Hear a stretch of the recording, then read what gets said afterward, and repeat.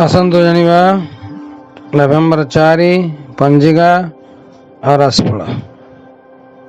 ତୁଳା 19 ଦିନ ନଭେମ୍ବର 4 ତାରିଖ ସୋମବାର, କାର୍ତ୍ତିକ ମାସ ଶୁକ୍ଳପକ୍ଷ, ତୃତୀୟା ନକ୍ଷତ୍ର ତୃତୀୟା ତିଥି ଅଛି।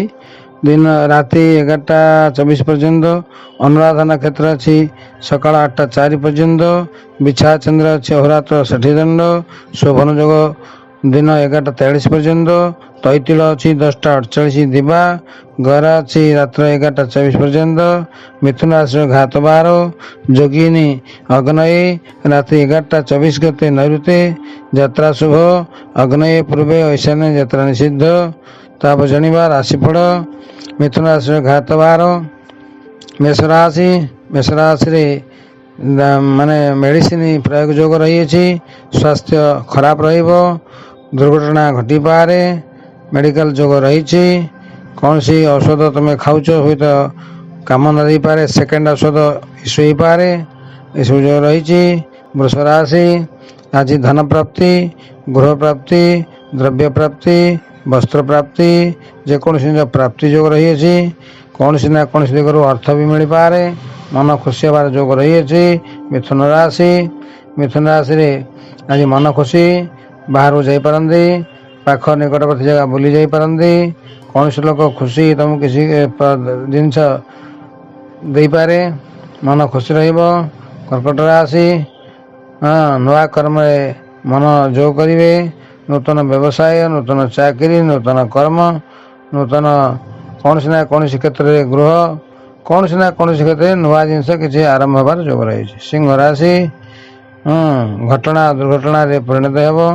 ଅଘଟଣ ଘଟିବ। ମନ ଅଶାନ୍ତି ରହିବ, ପୀଡ଼ା ରହିବ। ସ୍ୱାସ୍ଥ୍ୟ ଖରାପ ହୋଇପାରେ। ଖାଦ୍ୟ ଆଜି ରୁଚି ନ ପାରେ। ମନ ଭିତରେ ଆଜି ବିରକ୍ତିକର ପରିବେଶ ସୃଷ୍ଟି କରାଇବ। କନ୍ୟା ରାଶି। ଆଜି ସାଙ୍ଗ ଘରକୁ ଯାଇପାରନ୍ତି। ଦୂର ସ୍ଥାନ ଭ୍ରମଣ କରିପାରନ୍ତି। ପାଖରେ କୌଣସି ସ୍ଥାନ ପରିଭ୍ରମଣ କରିପାରନ୍ତି। ଆଜି ପଇସା ଖର୍ଚ୍ଚର ଯୋଗ ରହିଅଛି। ତୁଳା ରାଶି। ଆଜି କୌଣସି ଜିନିଷ ବଡ଼ ଜିନିଷ କିଛି କିଣିପାରନ୍ତି ଘର ପାଇଁ।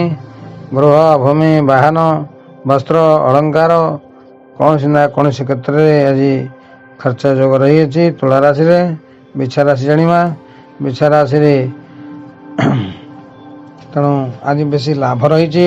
ବ୍ୟବସାୟରେ ଲାଭ, କର୍ମରେ ଲାଭ। କୌଣସି ଜିନିଷ କିଣିପାରୁନଥିଲ, ପଇସା ପତ୍ର ଯୋଗାଡ଼ ହୋଇପାରୁନଥିଲା, ତାହା ମିଳିଯାଇପାରେ।